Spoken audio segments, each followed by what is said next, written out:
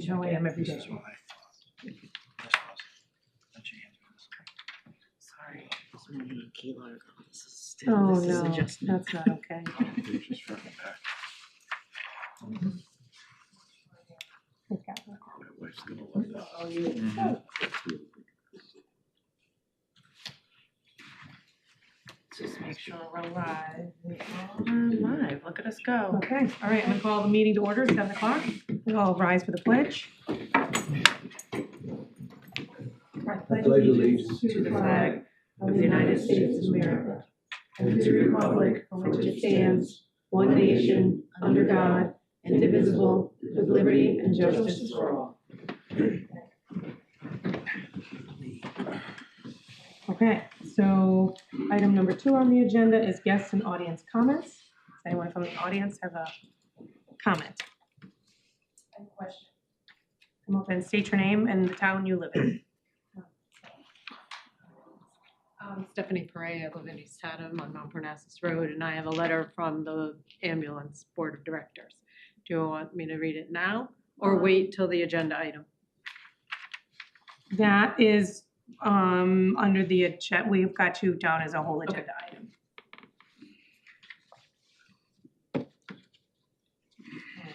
Any other comments? Moving on to correspondence, do we have any correspondence? We do. In our packet, we have an email that unfortunately we found in the junk inbox. So it was from September 8th from Adrian Davis there. So I wanted to make sure that it gets read. Okay, so the email starts, hello, good evening, my name is Adrian Davis, a lifelong concerned resident of East Haddam. I would like to better understand the proposal for the town to purchase and operate the Black Birch Golf Course, and I have several questions I hope the board can help clarify for the community. Has a business plan or cost model been developed for this project, and if so, can it be shared publicly with the taxpayers? What is the estimated cost to restore and maintain the golf course given its current condition? How does the absence of a water diversion permit impact the feasibility of operating the course? If water must be purchased or a new permit obtained, what are the projected costs? Since there is no existing maintenance building, what is the plan and estimated cost for constructing one? How does the proposed purchase align with the owner's plan for affordable housing development on the property? Would the town's investment support private development interests, or will it serve the community as a whole?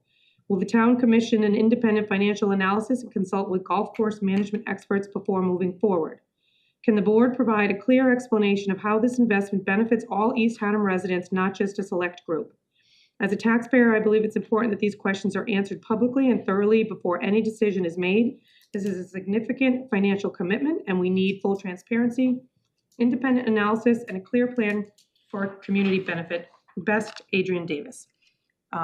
Adrian, thank you for your questions. We will formulate a response and provide it at our next Board of Finance meeting. Okay, any other communications? Nope, that's it. We have the option of moving some new business further up the agenda to address the ambulance association if we want to. Is that something we want to entertain? I'll move to alter the order of the agenda. Second. Okay, so there's a motion on the table to alter item 9A and to move it up under correspondence. Do I hear any Second. discussion? Okay, I think you seconded. We have a motion and a second. Any discussion? All in favor? Aye. Okay. Would you like to join us to read your letter? Well, I already shared that I'm Stephanie Perea and representing the East Haddam Ambulance Association. East Haddam Ambulance Association has been reporting to the Board of Finance meetings for the past 2 years. The current board members already know this, but the new members may not be aware that EHAA presents our quarterly financial and performance data to you to keep you apprised of our status, as we have requested additional funds from the town each of 2 years in a row. First, we are due for fiscal year 26 quarter 1 report. as we have informed you, the shortfalls created by expenses exceeding revenue are projected to continue, and we would like to keep you updated. We would like to know if the board would like the quarterly reports to continue. Next, we have presented financial data that was specifically requested by the previous board chair. We would like your feedback if you are unsure of the numbers presented in the past or for when we continue to present. EHAA will present whatever information you would like to see. Assuming you want to keep the presentations to continue, would you like to see changes to the presentations to improve the content and communication of our status? Would the Board of Finance members, especially the new ones, like to see past presentations? We can email that to you if you'd like. And we ask that the present first quarter status report and funding requests at your next board meeting. There's a lot of questions. But I brought copies for everybody, just in case.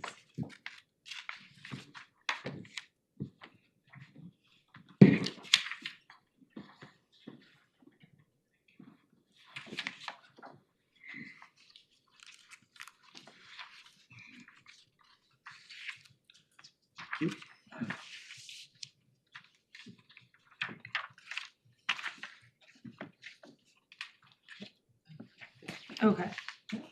Sorry to skip that. Thank you. So do you want to do the last one? Thank you.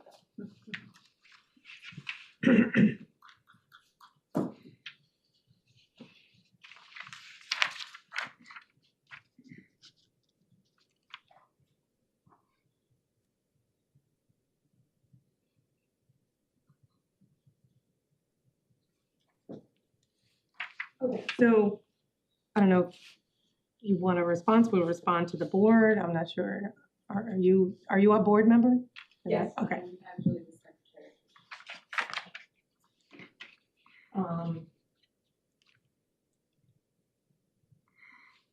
I'm not sure that we need to continue with the quarterly whole presentations. I understand that and Todd, maybe you can help clarify this, that the ambulance association is meeting with the fire department. You're facilitating a conversation. Yes, I'll talk about it in my report. Okay, so,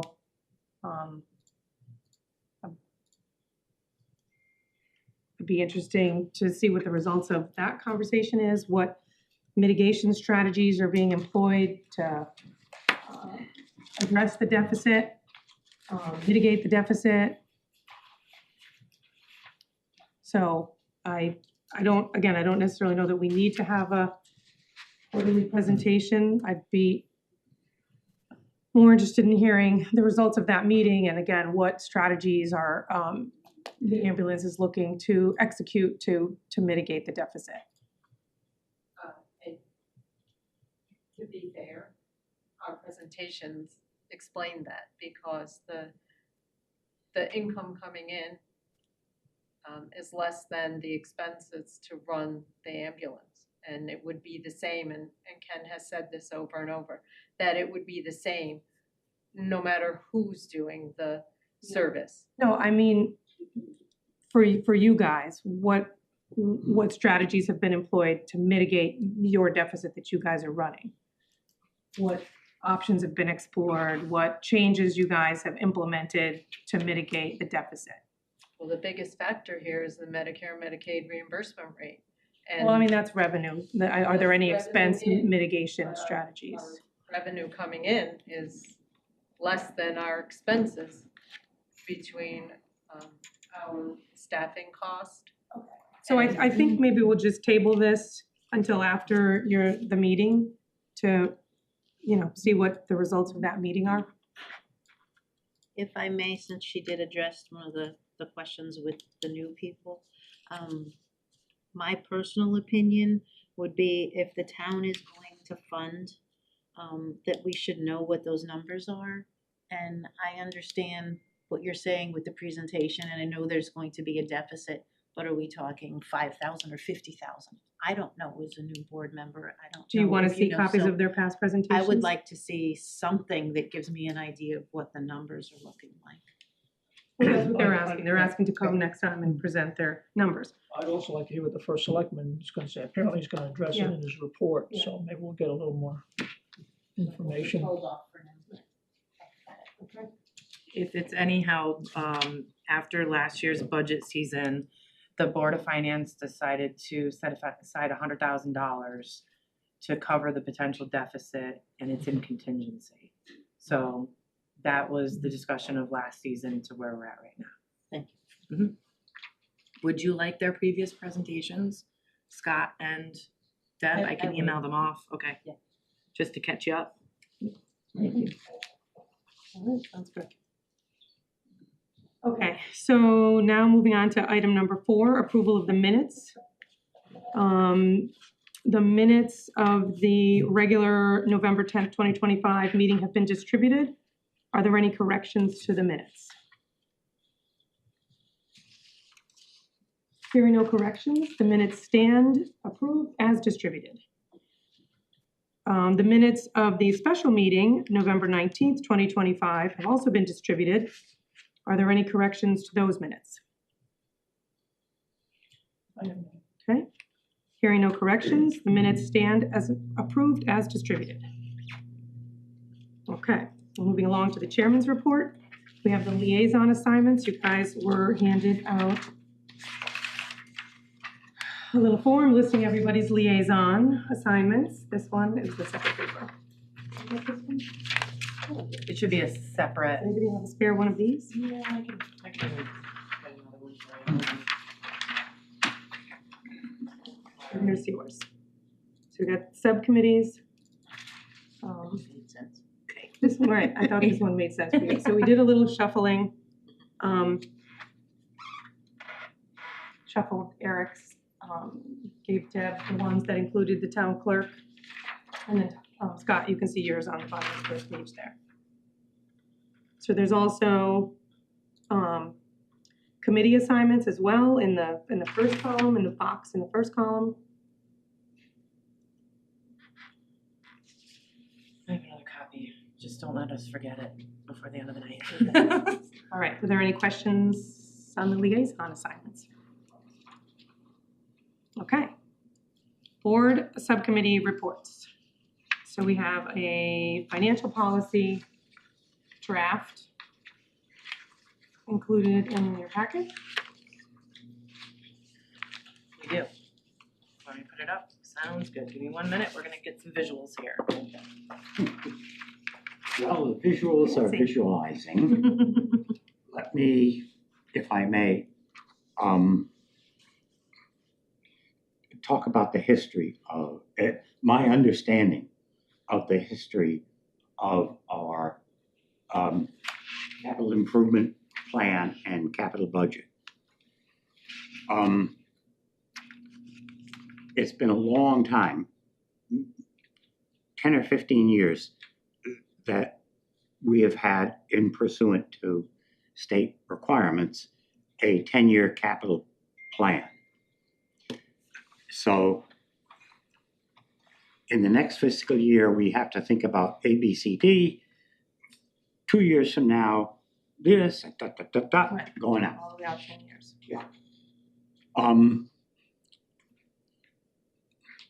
For a number of years, arriving at a capital budget, the amount that the Board of Finance believes the town can afford to spend on capital improvements in the upcoming fiscal year, there was, in my humble opinion, not a whole lot of rhyme or reason. Things were listed, dollar amounts, in department order. And so the board would sit there and fuss around and do their very best. That didn't seem to be the best idea in the world. And it was 3 or 4 years ago Bill Christopher and I, and Cindy Verricchio, who was then finance director, sat down and tried to arrive at a way of prioritizing capital requests. So the squeakiest wheel didn't get the grease, and the things that would most benefit the town rose to the top of the rank, at the top of the list. That worked reasonably well for until last year. Let me slow down a bit. The process set up a long-range capital improvements committee, or whatever it was called, I don't remember the exact name, where a couple of 2 or 3, 4 evenings a week, every chair at this table would be occupied by members of the Board of Ed, representatives from the Board of Selectmen, from the Board of Finance, and they would sit around and, using a set of criteria, say, yes, we think this has to do with health and safety. No, we don't think this is going to improve the grand list, and so on. Worked moderately well until last year. Last year, the same group sat around for, I don't know, about 3 evenings. Did their very best, and here's the list. When we got down to the 11th hour and the 59th minute for here, Board of Finance is our combined list of priority projects, hands were thrown in the air, hair was set on fire, and no, that's not what no, we want to change the priorities all around. And so at that time, because time was so short, my understanding is a decision was made basically to say, whatever amount the Board of Finance is going to allocate, the school system and the town government will more or less split it down the middle. You get this, you get this. The problem which is not hard to foresee if we go down that path in the future is that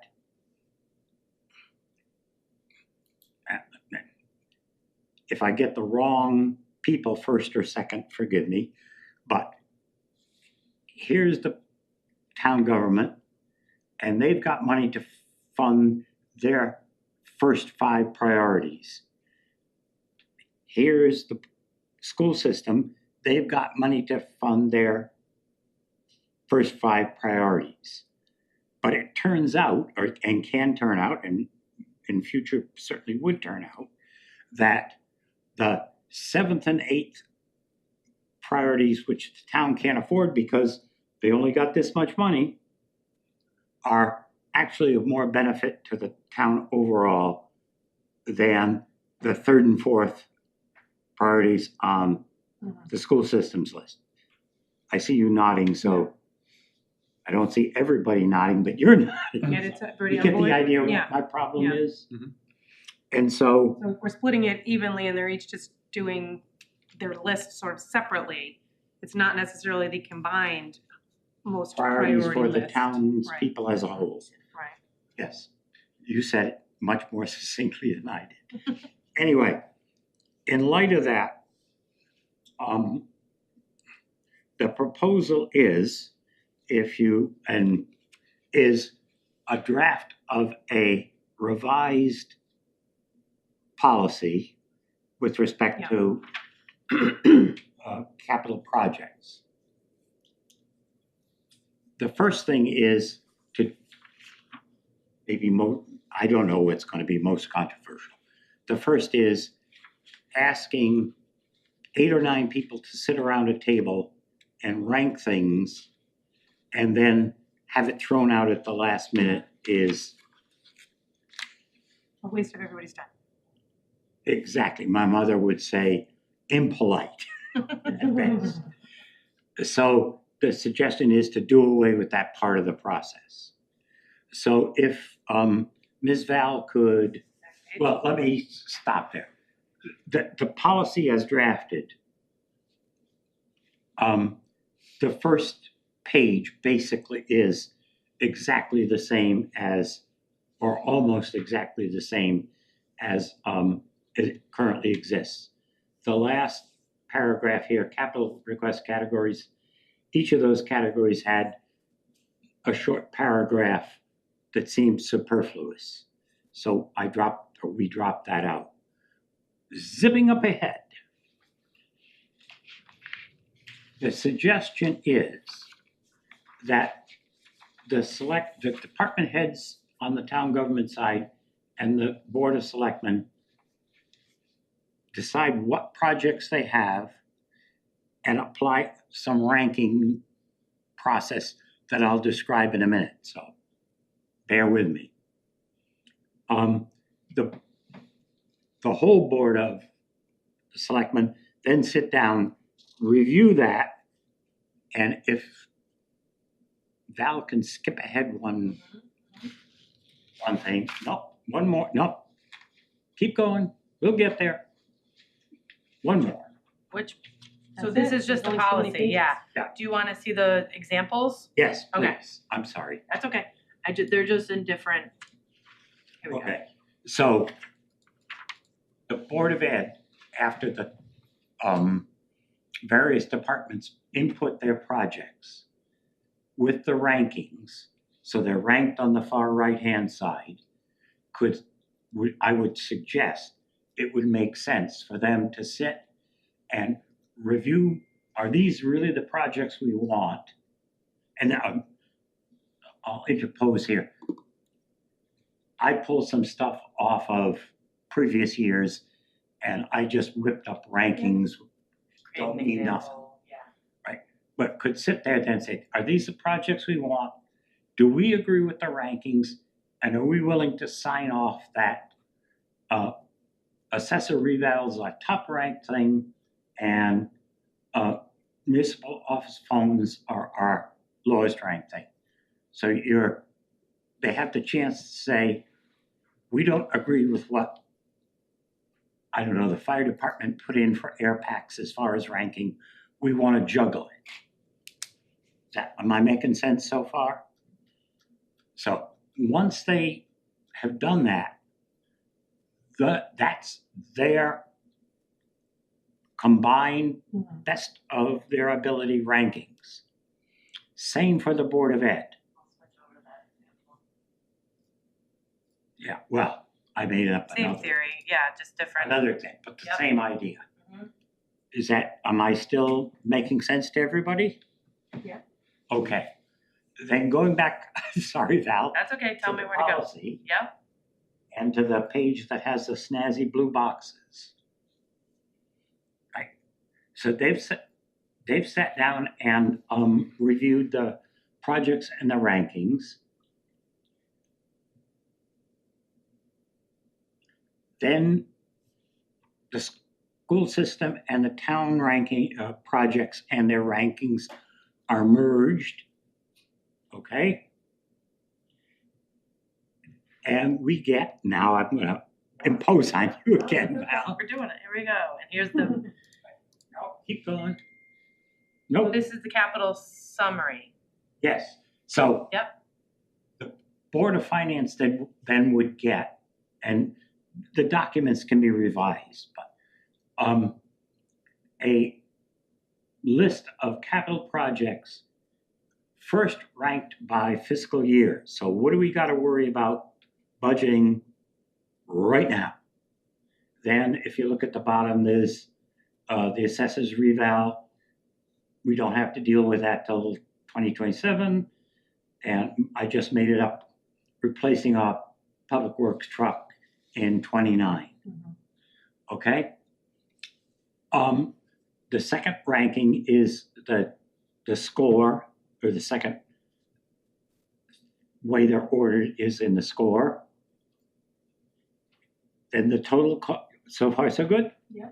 Then the total cost. Then one thing that we struggle with, or I struggle with, when we're faced with having to come up with a capital budget for the upcoming fiscal year is, oh, we've got some carryover funds and we got this and that and the other. So what's available? And here the example shows that because we've been, first because the last reval came in under budget and we've been setting aside funds, right now we have money in the bank, so to speak. And what do we do? Well, in 2027, we're gotta come up with another a total of 70 grand. So, and we got 35 in the bank, so we can set aside, I don't know, 13,000 the next couple of fiscal years. And when the reassessment comes due, here's the money. So far, so good? Yes. And then we get a column for net cost and a column for the cumulative costs. And we decide as a group that we can afford only $3 million. So we draw a line, school's out. That would then be our capital budget, which we would submit to the taxpayers. And assuming they approve, if we go back to the blue box, I'm sorry about that. Okay, Skip it yep, back. yep. Assuming at the far right-hand side that the referendum is successful, we've got a capital budget and an expense budget. And the last little thing on the bottom is reporting. And I think we have a snazzy handy-dandy. The idea would be, as in our packets, every month we get a report on the expense budget, but the suggestion is that periodically, you all decide what periodically means, monthly, quarterly, whatever, a report on capital spending broken down by project, right? And what it is, what it was budgeted, if there was any leftover money from last year, right, where we're acting now, what's actually been spent, how much remains, and so on. And this is editorial. This is all editorial column, but this is especially an editorial comment. That would be very helpful, but if, for example, this was a quarterly thing, I don't think it would be remiss and outside of the bounds of our responsibility to ask, I don't know, since the first one's there is the brownfield remediation, which is under the control of the East Haddam Village Redevelopment Agency, for them to write 3 or 4 or 5 sentences to us that says, or come and say, here we are, this is the problems we're facing, we're going to be woefully under budget, hello, or we're going to be terribly over budget for whatever reason. So the idea is to close the loop so that as we kind of monitor, in the same way that we monitor expenses, we do our best to monitor capital spending. Harvey, you're reading my mind. This is gonna be something I asked for in the chairman's part. So I think that's perfect. That's exactly what I think we need to know. I think we need to know what they're asking for, what they have asked for, how much they're getting done, how much they still have to get done versus how much they're asking for, and is it realistic that how much they're asking for if there's all these other things that still need to be done. I know sometimes we like give them, you know, if you look at any one line item, sometimes we give 15 this year, 15 next year, 15 next year. So it could be that something sits there for a few years while they kind of build up the The money they need. assessor's reassessment would Stuff be like an that. excellent example, where we don't really need a Right. report. Right. Or, but Right. That, it can be a comment. It could be a comment that, you know, 70,000 is gonna be needed, 15,000 a year for every 5 years, whatever. Okay. But yeah, I think that's a great addition to the policy. I think quarterly is a great. Well, it isn't an addition, it was actually there, as you It's already pointed out. We just haven't done it. We just haven't executed it. Um, Excellent.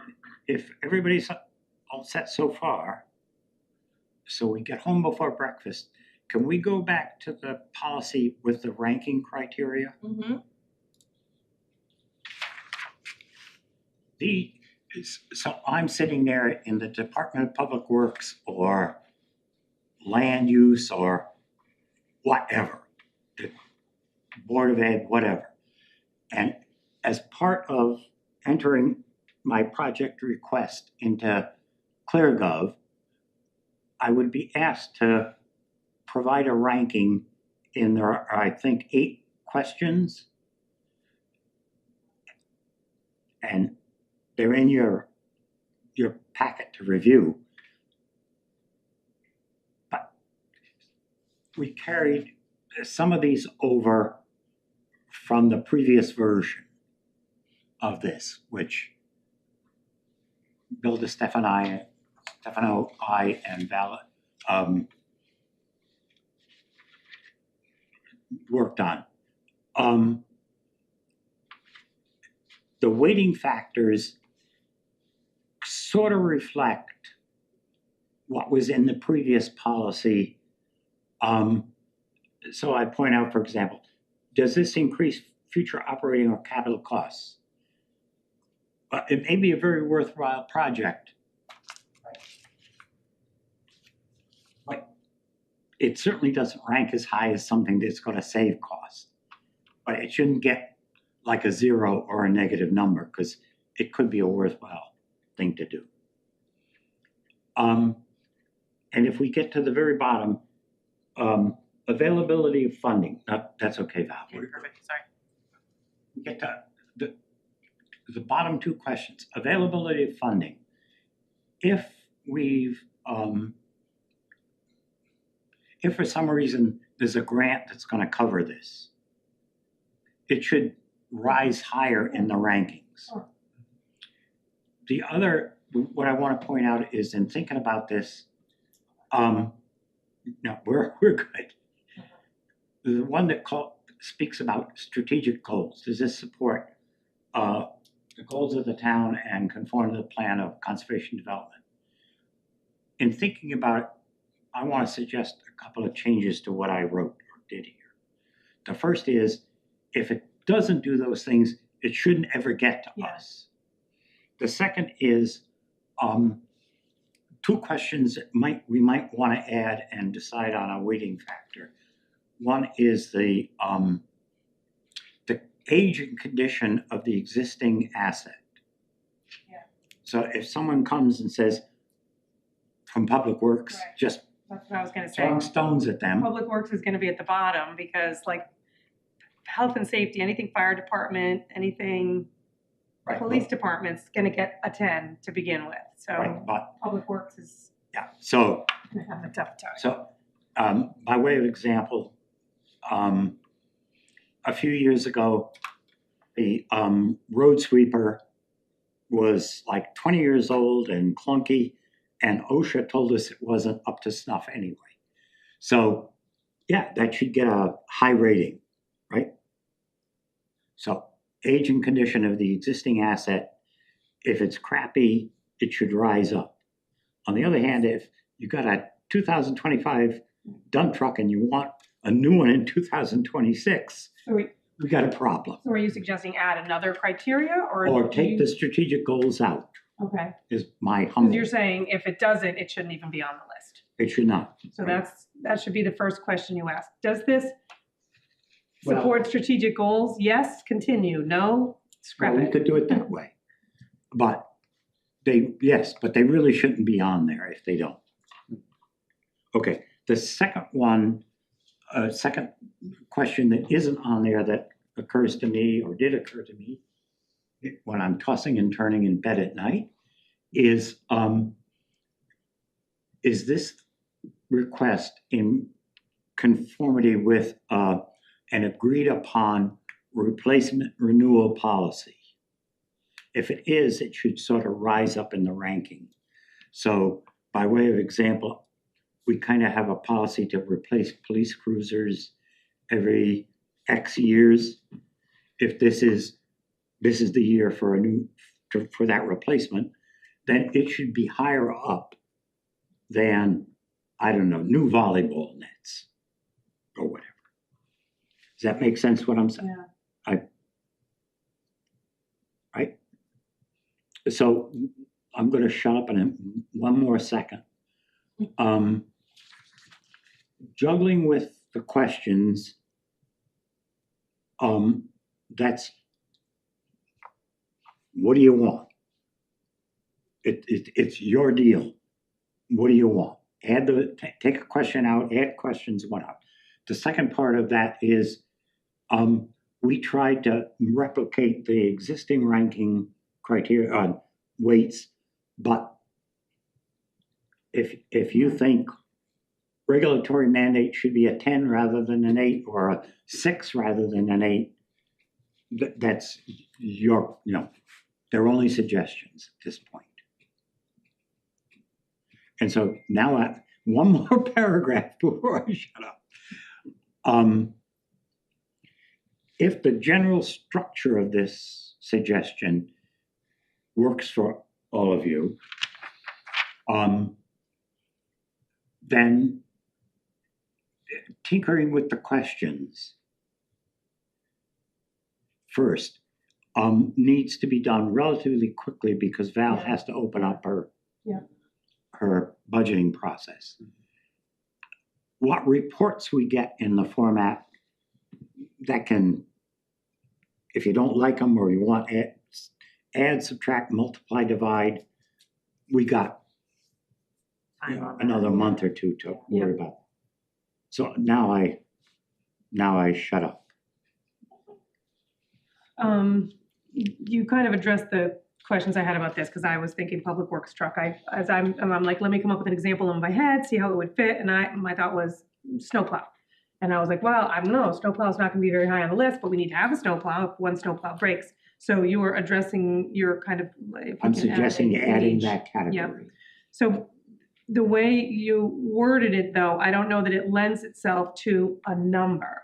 So like the age and condition of the asset is a spectrum. So how do we pick a number? Or is it, the question is something like, has it passed its useful life?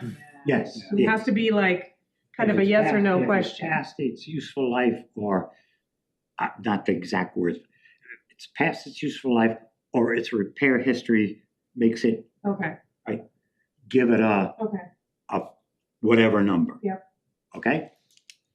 Val, with everybody's concurrence, Val and I will monkey with wording that capture what you just said. I think we had an old question like that somewhere we could. Yeah, we'll Back find, up, yeah. we could, Yep. okay. we can Yeah, figure 'cause, that. you know, it's gotta be worded to be yes or no.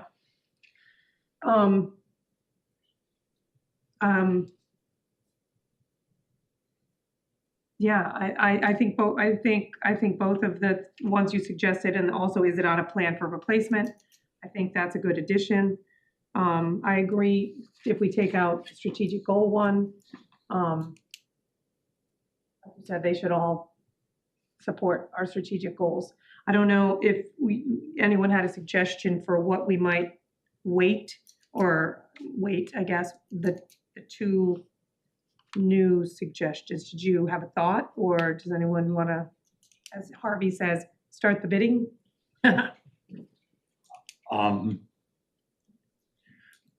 Well, I will.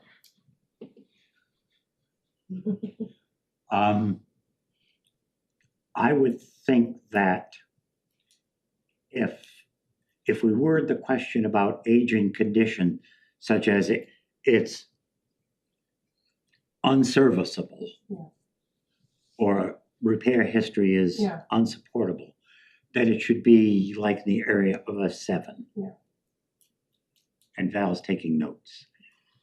I was Unless- gonna say 7 or 8, so, Right. And and to anticipate your next question, with respect to, is this a regularly scheduled replacement item on a recognized replacement cycle? I don't know, a 6? The bidding starts at 6, ladies and gentlemen. I was gonna say a little lower for that one, Okay, because if the answer is yes, then I also would wanna take into factor, is it past its useful life? okay. So is right, which is more important. So if we've got a cruiser that's on, let's say, I don't know, every 10 years we replace the cruisers, but the cruiser Could still limp could along, still, or right, hasn't had a repair history, is still serviceable. so, It's all Yeah, that, yeah. 5 to 4. Going once, going twice? So, Joe, what are your thoughts? I concur with you. I keep it around a 4 maybe. Let's go around. Eric, what are your thoughts? I would agree, 4-ish. 4 is I in was the 7? originally thinking 5, but, I just want to point. Yeah. I just think it gives it a few more points over something that just got thrown on the list this year. I mean, I think the part of it is we need to get, and I know that you said it's a 10-year plan, which I've been here 2 years, I haven't seen a 10-year plan. I would like to see a 10-year plan. oh, I would you- like to you- see you- these you- going out you- 10 You years. did, with all due respect. You remember Big long the thing sheet that, the sheet that's every this year, long? yeah.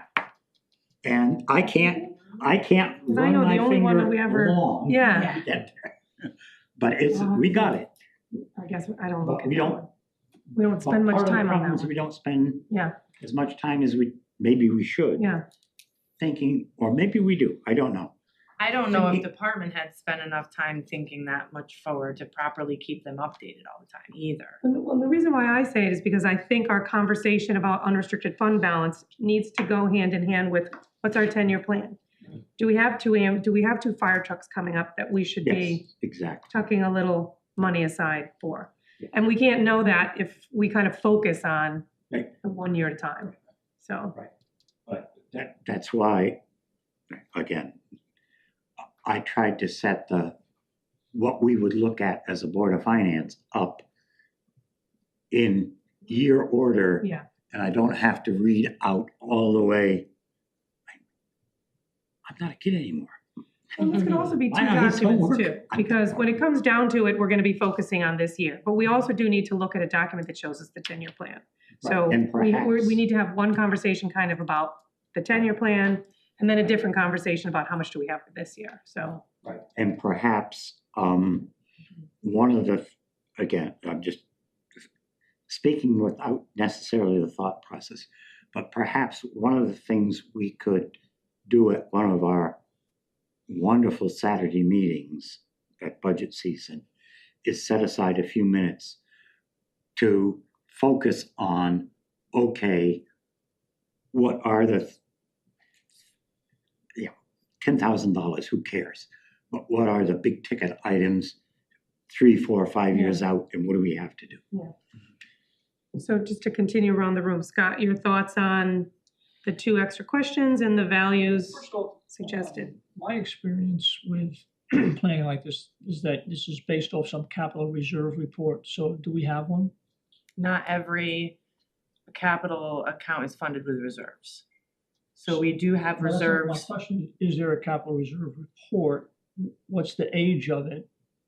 And where is it?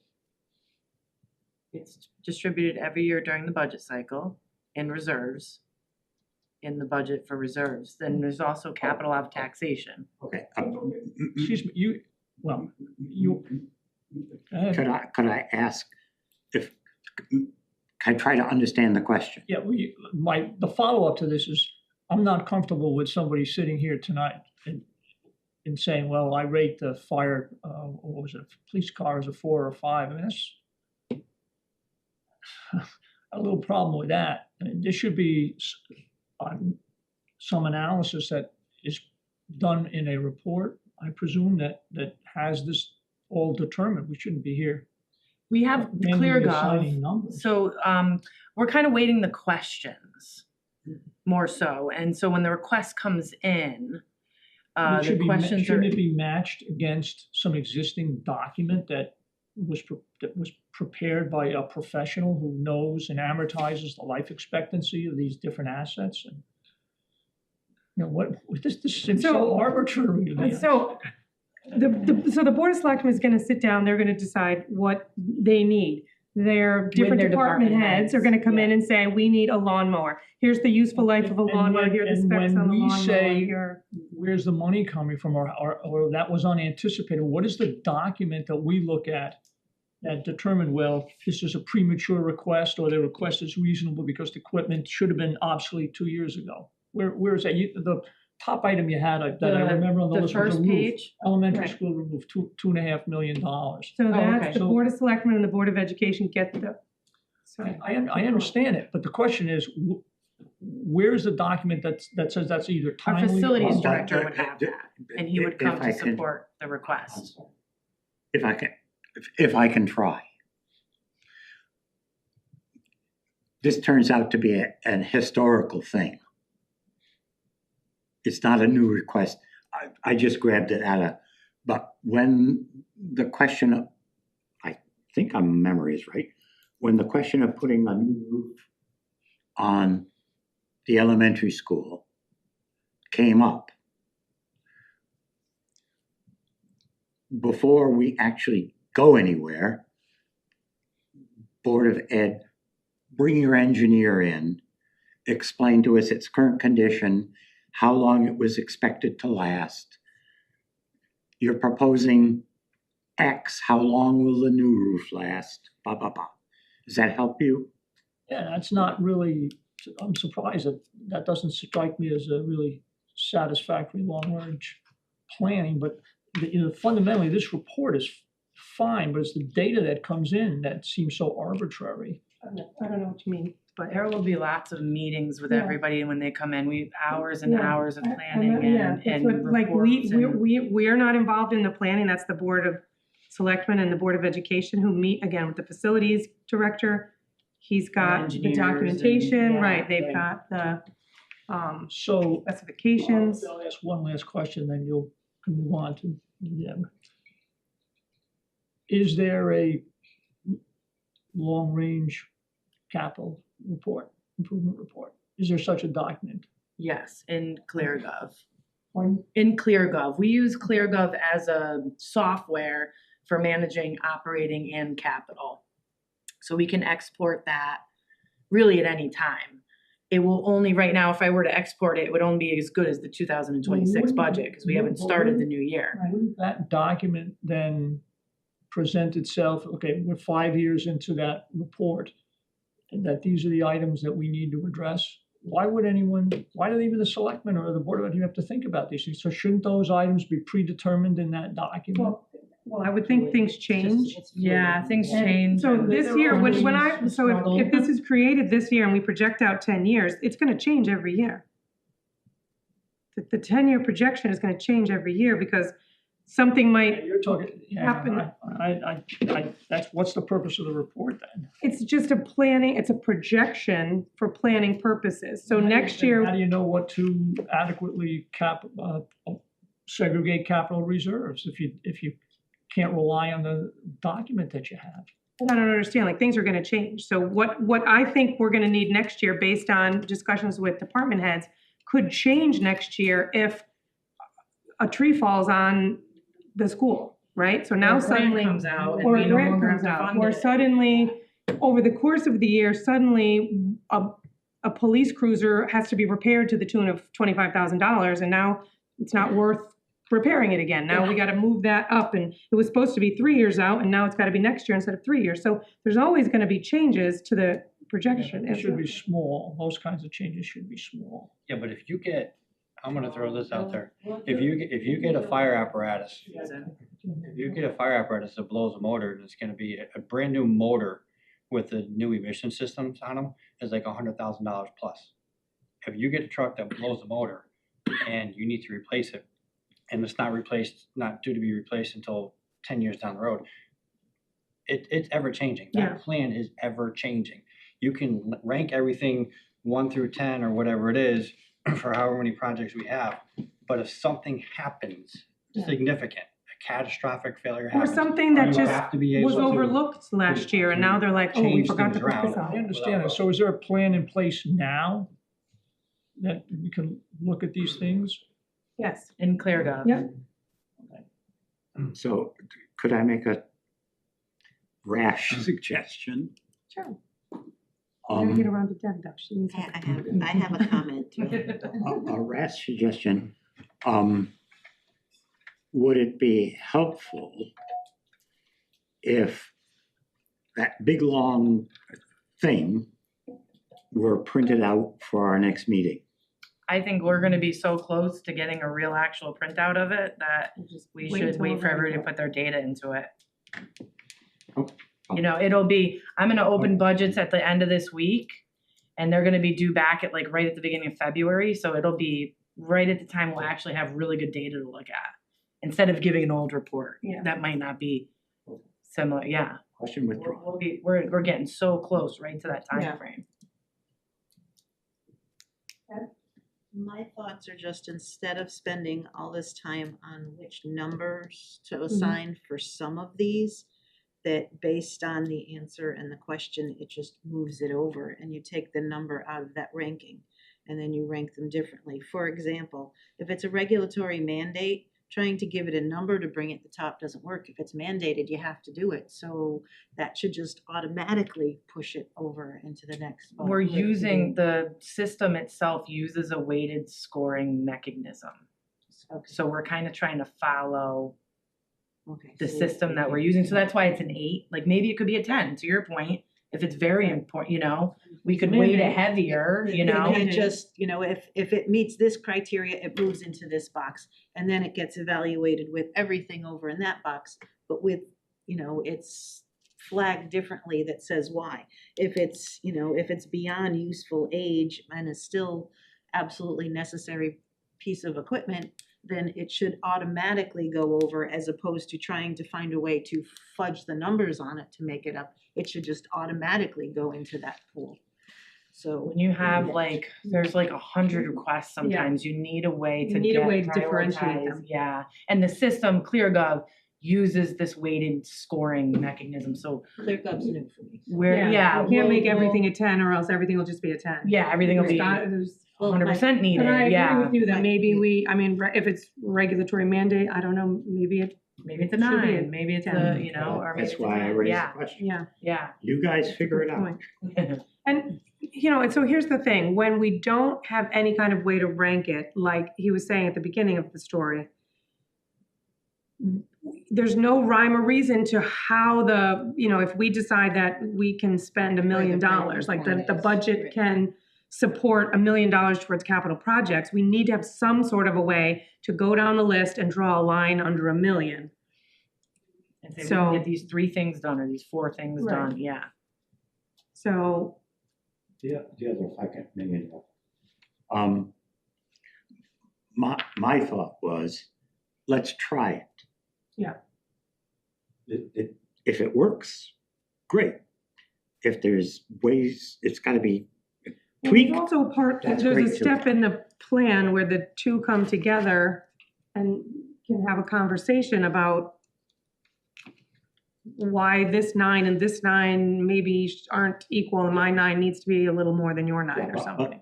For example, to try to address Deb's question, let's try it. And if it turns out, as we're sitting there looking at what we have to decide, to come up with a capital budget for the next fiscal year, it looks like, oh, these things that are mandatory are way, way down the list. Well, no, that's not working. Let's figure out a way to put Way them to up. get to them top. higher. I mean, it ain't cast in stone. Can't get a, they can't Maybe get a fast change. pass. No, no, no. Give it a try. If it works, it works. If it don't, shoot me. TSA preaching. Yes, this has been an interesting discussion, but I gotta say a couple of things. I don't remember his quote exactly, but it speaks to what you're talking about. General Patton was a smart guy. He made a lot of great battle plans, but he also changed a lot of battle plans. This is what he said. Every battle plan goes to hell soon after the first flight, first shot. Even though you spent weeks, months planning it, with hundreds of guys and officers, it goes to hell right after the first shot. But if you go into the fight without a battle plan, you will lose the fight. What he's trying to say is what you're doing is making a battle plan. But it's going to have to change because life. Sometimes it goes to hell on July 2nd. That's right. So you make some changes, but you've Yeah. got the parameters, you got the process set up, so you go do it. It's the same thing with writing damage control books for ships and for planes, which I have done. And no damage ever occurs the way you think it's going to happen, but it gives the officer in charge or the pilot of the airplane a place to start from. I can tell you, I won't spend hours talking about this, but I know of a number of instances where planes encountered failures of certain mechanisms and they're able to put the airplane on the ground fairly safely because they followed the book. But they didn't, it wasn't all in the book, only pieces of it. But it gave them a discipline and a starting point and a framework from which to work from. And that's what you folks are doing. So you're not wasting your time. Now, one more thing I'll say. As far as the first shot fired after the fight starts, you've got several things, several key parameters working on your equipment or your buildings. You've got the maintenance of the item, whether it's a fire truck or a building like this. You've got the capability item. You may want a fire truck that's got more capability, or a fire truck that goes in the bush and it can also do paved roads. That's capability. And the building, you have a building, a school size for 600 students. You really want to size it for 1,000 students, or you want to size it for 400 students. And that goes along with capacity, the same thing. So all those things are going to change as you go. And if you think about a vehicle, you've got a cost per, you buy a brand new vehicle, and you've got a cost per month of maintenance, which is pretty low in the beginning. As the vehicle ages or is driven more miles, like an ambulance, it goes up. Then you got the cost of purchasing that vehicle, and say per month. And so when the cost of maintenance exceeds the cost of purchase, hey, that's a time you want to buy something instead. And that could go to your capital plan. Now vehicles, I think what Scott was trying to say, there are vehicles today are well known, and they know when things are going to fail. Every vehicle on the road today has a design failure point. Some items on the vehicle can go 300,000 miles, some items only go 50,000 miles. So you get a pretty good feel starting out how long your vehicle is going to last. For example, ambulances, I believe the rule of thumb is 5 years in normal ambulance use.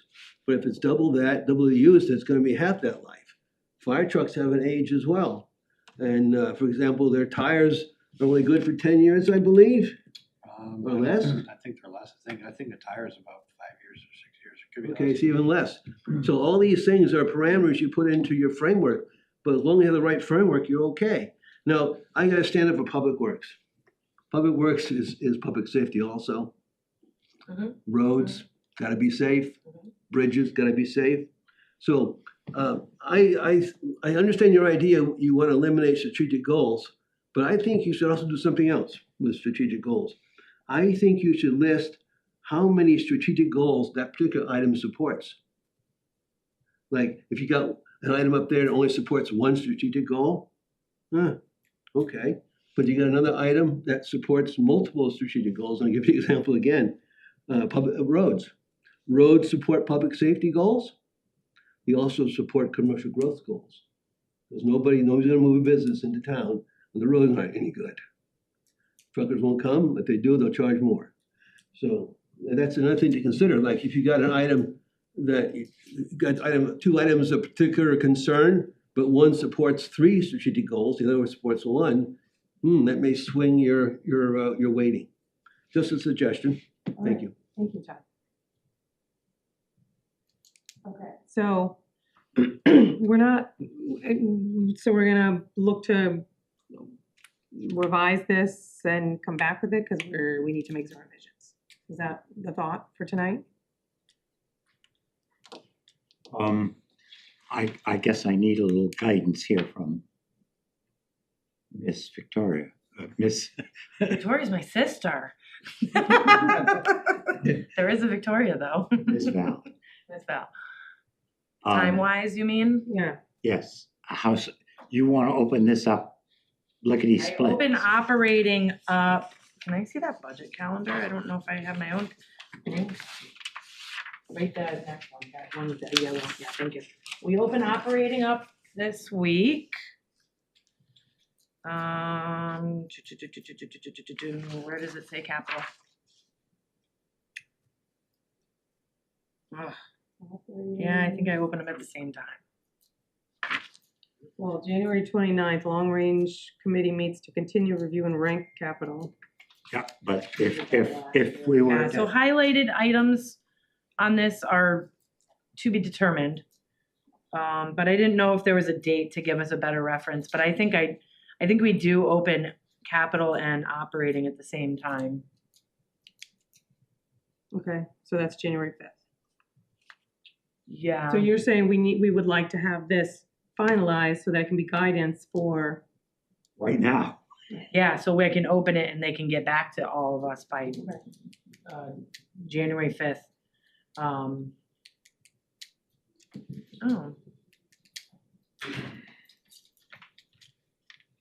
Here she is. Oh, it's the opposite. Capital opens first. And then operating Oh, there opens it is, January just the 5th. 12th, it's up under the 12th. Yeah, I was looking too far Capital down. budget. Yeah, so And then capital operating goes is out January 5th. first. Okay, all right, so, I mean, do we feel comfortable adjusting it as we've discussed, and we can review what those changes were? On that, I don't know how this would work, so do we have to vote on it, though? So how are we gonna vote on it if we don't have it finalized? Mary? Yes, Mary Jo? please. So what Harvey is too much of a gentleman to say, so I've been involved in this committee on long range as well. He's too nice to say that the last couple of years has been an absolute disaster and a total waste of Goodness. time, and we've made no progress because Okay. everybody has genuine needs. So I mean, it's not like nobody's trying to waste time, but it's just been a real mess. So we need. There's a definite need for change. I think it's been put together very well. It may not be perfect, but I think it's a great way to move forward. And if it's needs adjustment after the season, then I think we'll learn from our failures. And if we need some action today, then I would move forward with what we have, plus the two adjustments that have been recommended this evening. But I think we can move forward with that. And I think it's an enormous improvement over what we've had the last couple of years. And I thank you guys for putting it together. Okay. I'm good with that. You've gotta start somewhere. You can always Yeah. amend a policy. Right. Again. Exactly. That's a motion, I would second it, That's a motion. second it. That just happened. All right, Let me write some things down. Here you go. so Could you recite those I was two gonna say, changes? in the discussion portion here, let's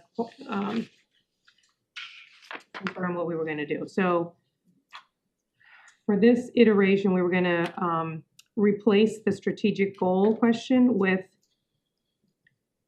a sentence about, has it surpassed? I like the how many strategic goals. Yeah, It we makes could, the maybe Todd we keep suggested. strategic goals and keep an even 10 questions. I Okay. like even numbers. Okay. And maybe we talk about, put a little more detail in there about the strategic goals, to your point, you know. A question, does it meet a strategic goal? And we can list Does it a meet strategic goal.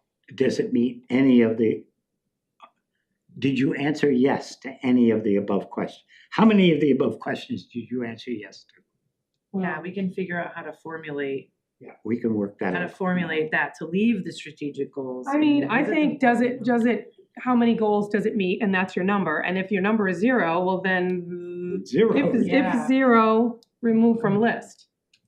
We'll figure something out. Okay, Yeah, and we'll make it, not that we have restrictions, but we still have to work with ClearGov as the software too. You know, I Yeah. don't wanna completely go rogue and dump the software that we spend a lot Yeah. of money on No, and does a no. lot of work for us, you know?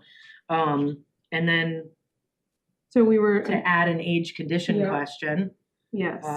you know, has it reached Has its it passed useful its life? useful life? Yeah, repair costs exceeding Yes, repair costs. And then does this follow a recognized replacement cycle? yes. Um, Plan for replacement, yes. And that will give us 10 even questions. And I have 7 and 4. The age condition question as a 7 and the replacement schedule question as a 4. Yes. Okay, That's the motion. That's the motion. Some, Oh, I think- some. I second. That's what I meant to say. that's the motion. Okay, a motion and a second, all in favor? I, Opposed? Abstain? Motion passes. Okay. Yes, thank you, Harvey. Okay, What else do I have to do? all right.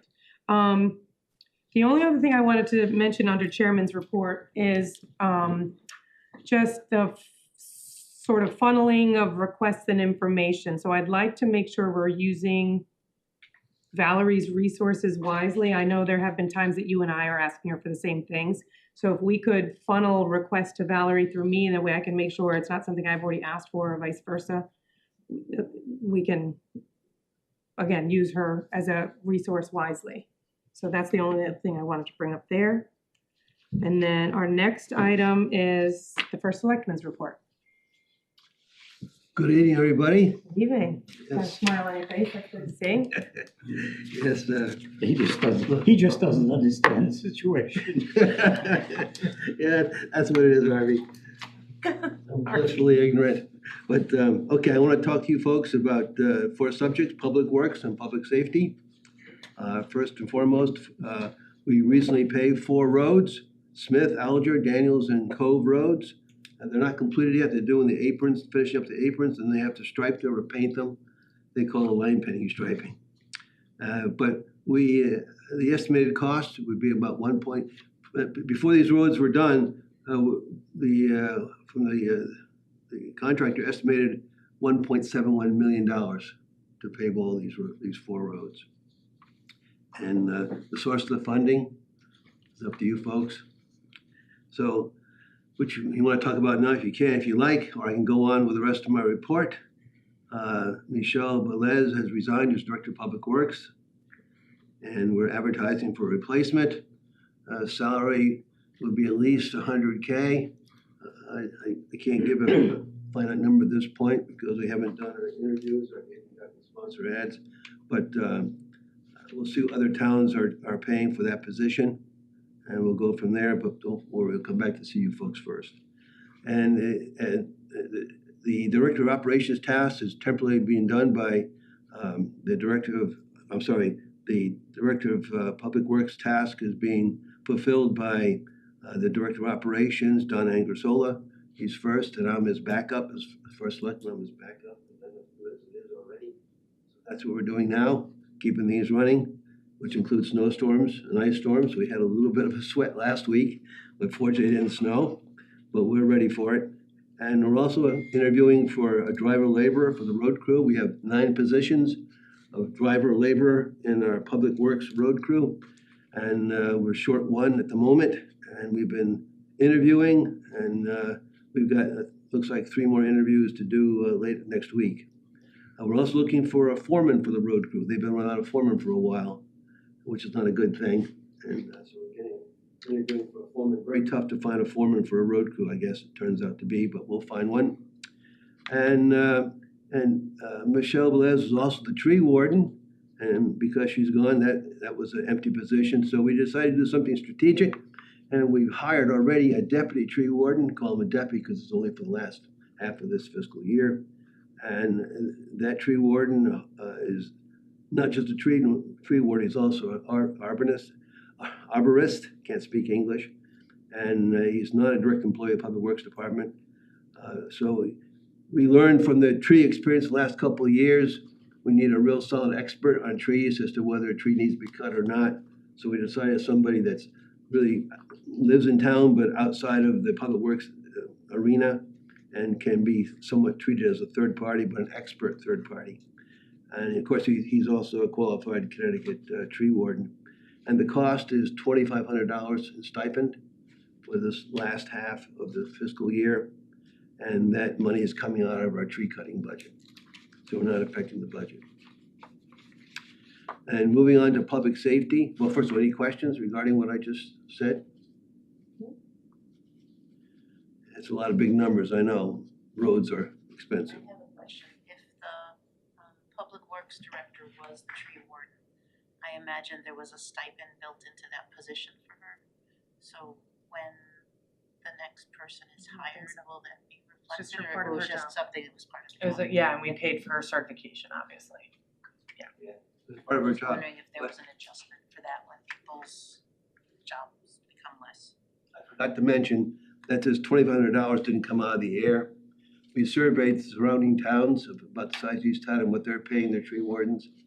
And some of them were in the salary of the Public Works Director or Assistant Public Works Director, which is big salary, but they couldn't tell me how much the tree warden was getting. But others, 4 other towns were the tree warden was hired separately.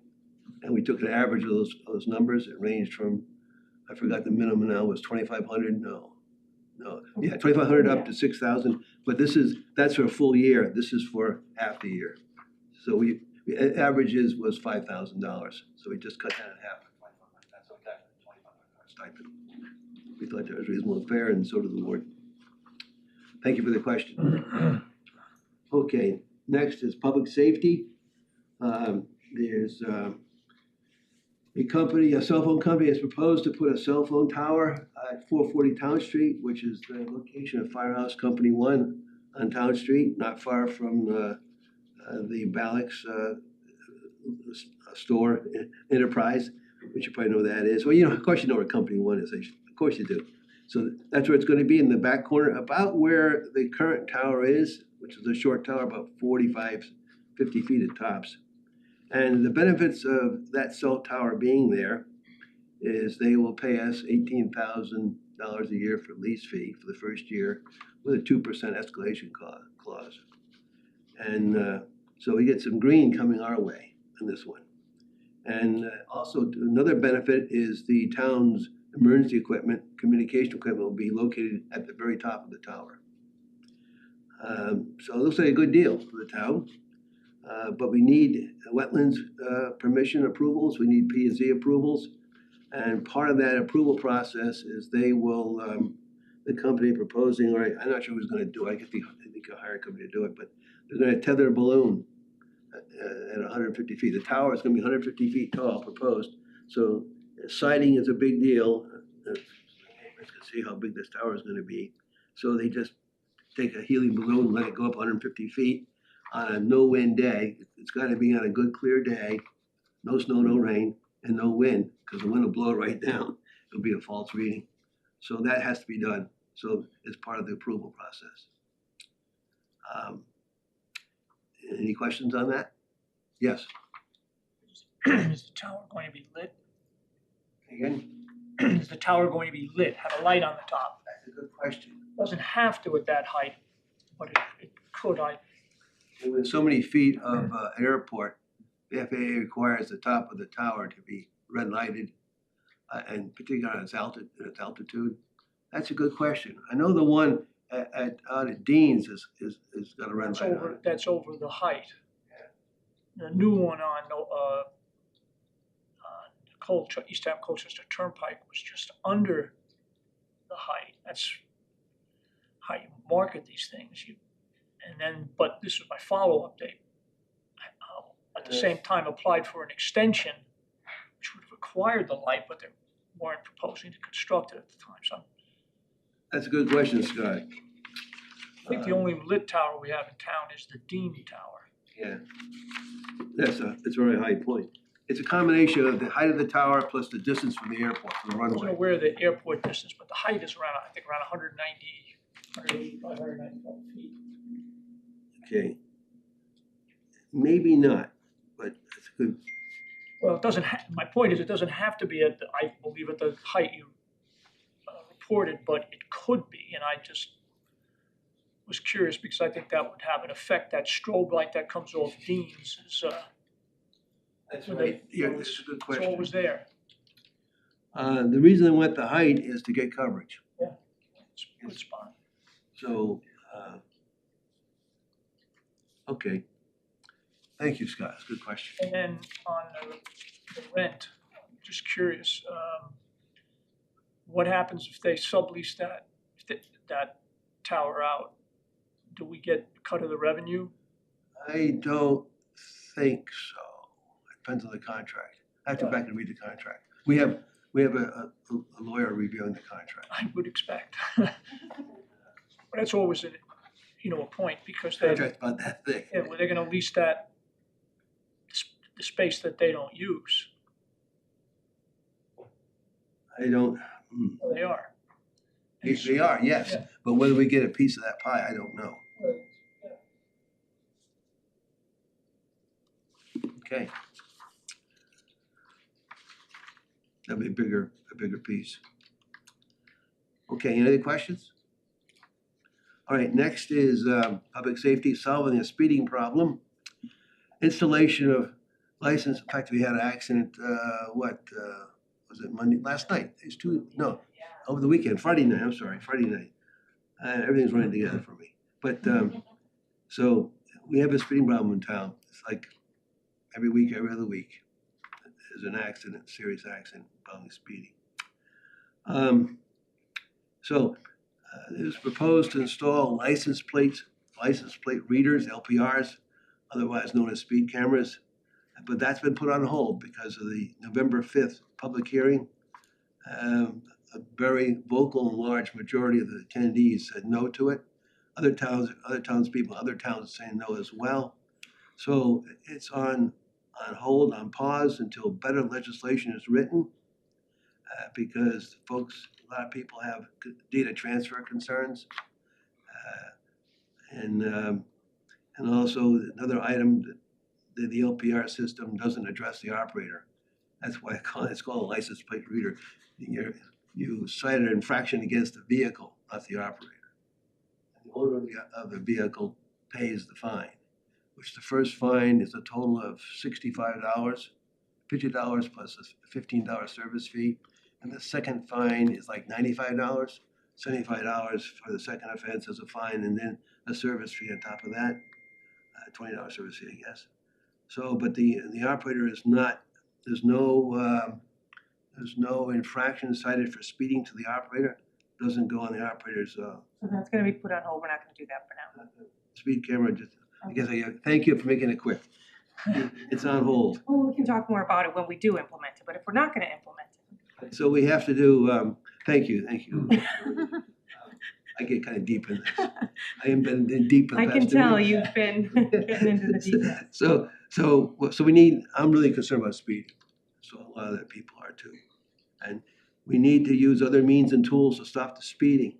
For example, erect signs at the major entry points into East Haddam Moodus, that's on Route 82, 149, with signs saying speed limits.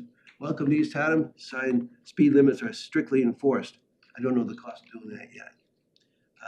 It needs, I've already talked to the state police and it's in the works, but I don't know the cost. Another is we continue with our police cruiser speed monitoring and infraction ticketing. That's been working quite well.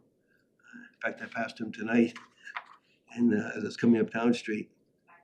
Yeah, okay. Okay, it wakes you up. And they have been giving out tickets. Okay, another is invite the state police to come in and do what they call speed enforcement squads. They come in, not one police car, but maybe several, on one day, spend the whole day in East Haddam at speed traps.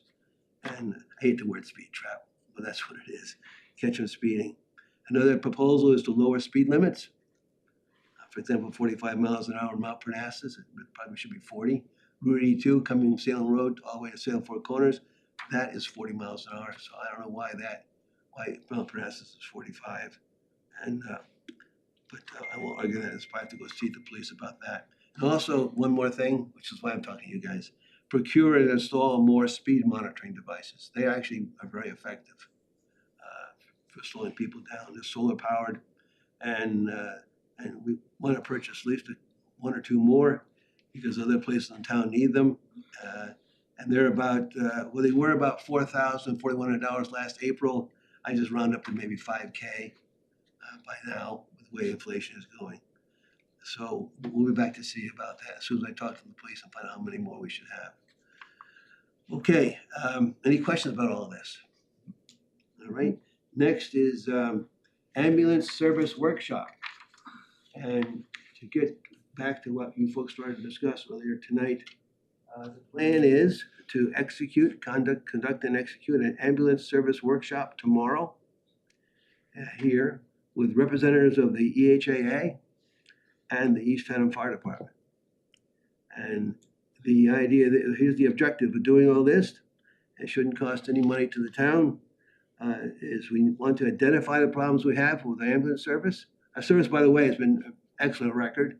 They've been performing, but they've been losing money hand over fist. And also, it's very hard to find volunteers that want to do ambulance work. But the two units together have found volunteers, but we got to keep that up. So the objective is to identify the problems with the current ambulance services between the fire department and EHAA, determine the root causes, and then from the root causes, create the corrective action.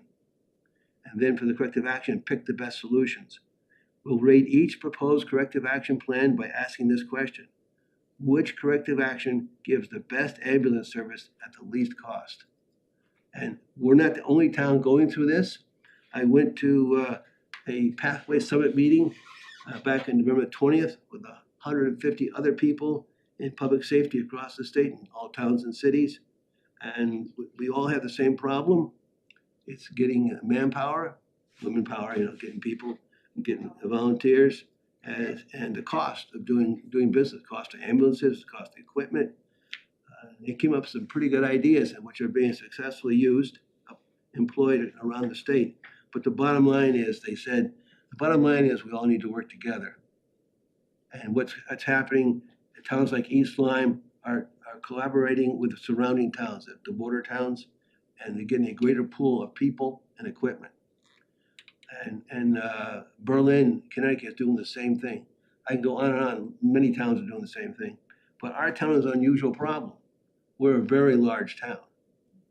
And so if you're say we collaborate with Salem, they have to drive from Salem all the way up to East Haddam. It's a tough drive just inside East Haddam. So we got a special problem. I'm saying, where there's a will, there's a way. We'll get it to work, but that's what we have to do. And that's why we're having this workshop, to come up with the best system.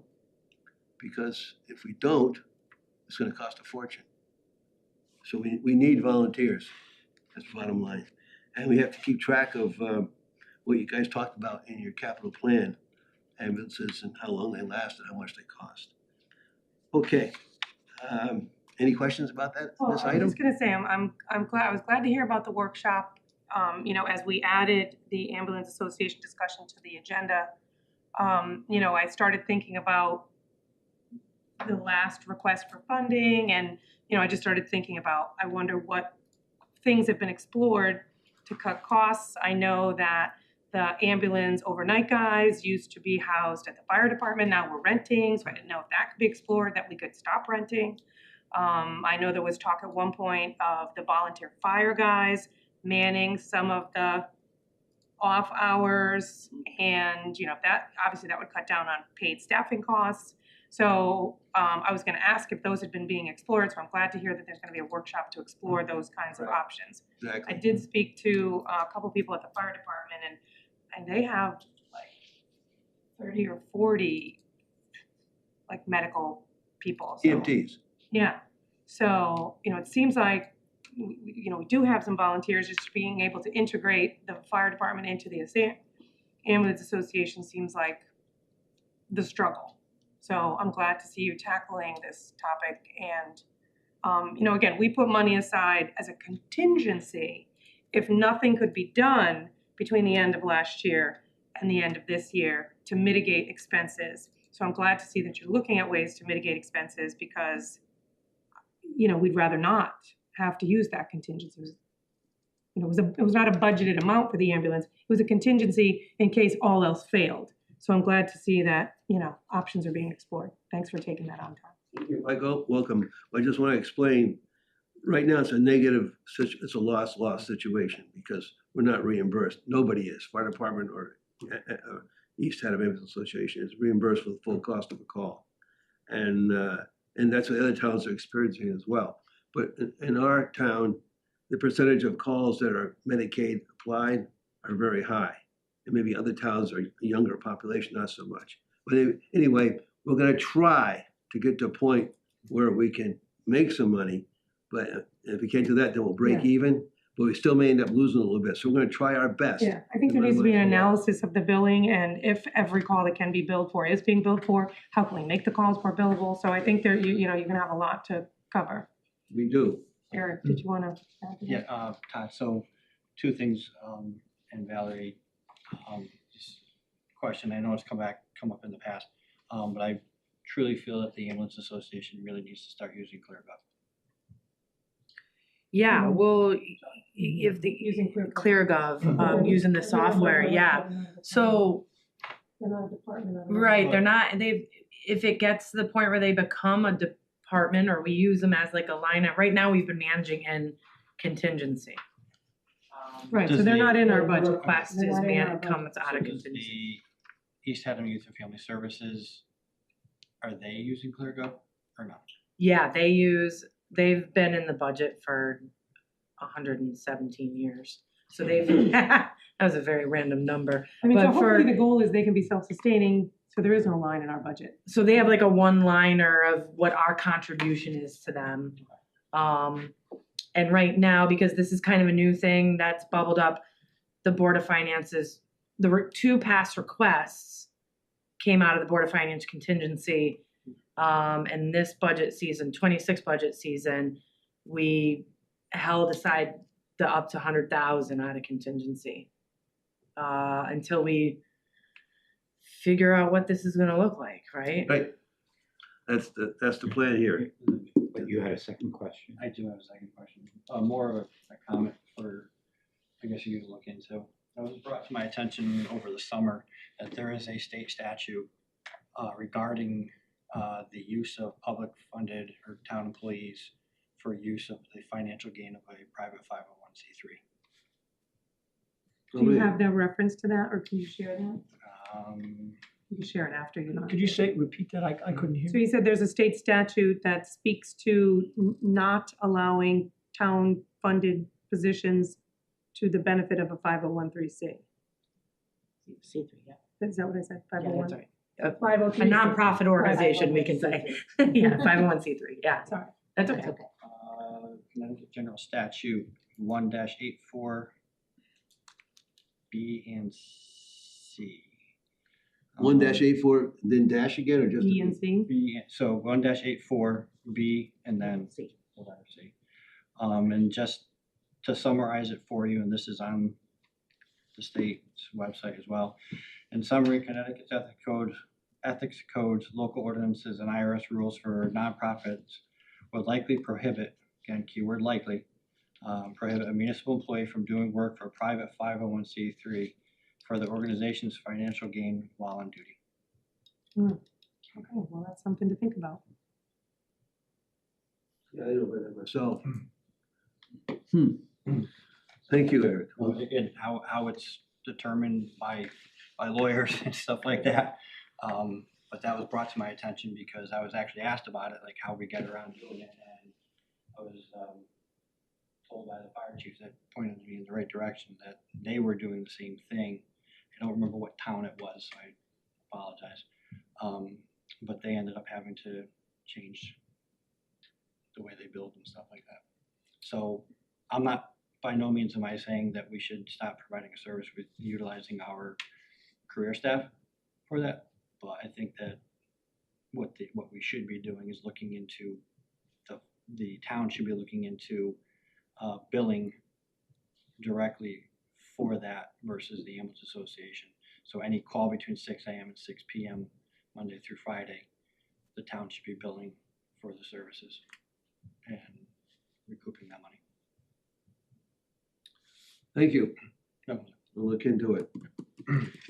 May I Yes, absolutely. think if Eric and I may have the same problem here. Okay. The, when we do get financials from East Haddam Ambulance Association, they are,